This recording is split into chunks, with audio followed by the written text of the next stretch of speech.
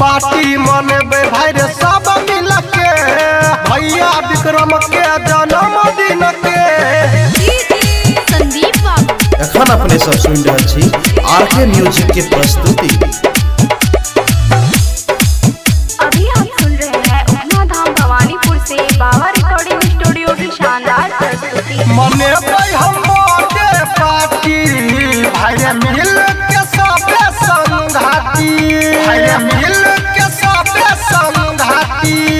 मनेबे हम birthday party भाई रे मिल के सबे संघाती।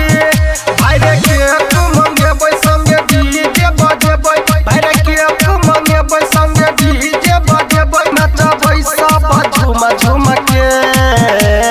भैया विक्रम के जन्मदिन के पार्टी मनेबै भाई रे सब मिल के। भैया विक्रम के जन्मदिन के पार्टी मनेबै भाई रे सब मिल के। संदीप बाबू भैया विक्रम के जन्मदिन के पार्टी मनेबै भाई रे, पार्टी मनेबै भाई रे सब मिल के, सब मिल के। भैया के अंगना में बाजै छै डीजे, सब संगतिया बगेलै अही जे। चारू ओरिया रे दीपू जलै छै, बीचे में भाई रे केक रखल छै, बीचे में भाई रे केक रखल छै। भैया के अंगना में बाजै छै डीजे, सब संगतिया बगेलै अही जे। चारू ओरिया रे दीपू जलै छै, बीचे में भाई रे केक रखल छै, केक रखल छै। हमर एगो बात लले गिफ्ट तूरे साथ, सुनै हमर एगो बात लले गिफ्ट तूरे साथ, नचबै सब झूम झूम के। भैया विक्रम के जन्मदिन के पार्टी मनेबै भाई रे सब मिल के। भैया विक्रम के जन्मदिन के पार्टी मनेबै भाई रे सब मिल के।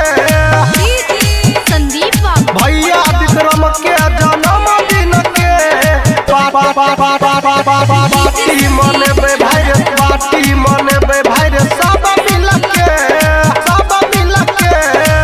साधु सिंघनिया आ विजय गगन मुकेश शर्मा जी रहै छै संग संग। रोशन भैया के केलकै इनवाइट रे, अबै छै फ्लाइट से अजुए के रात रे, अबै छै फ्लाइट से अजुए के रात रे। साधु सिंघनिया संग विजय गगन मुकेश शर्मा जी रहै छै संग संग। रोशन भैया के केलकै इनवाइट रे, अबै छै फ्लाइट से अजुए के रात रे, अजुए के रात रे। संगे डीजे अमर शर्मा सुमिता छत्तीस रैमा, संगे डीजे अमर शर्मा सुमिता छत्तीस रैमा, सब नाचै छै झूम झूम के।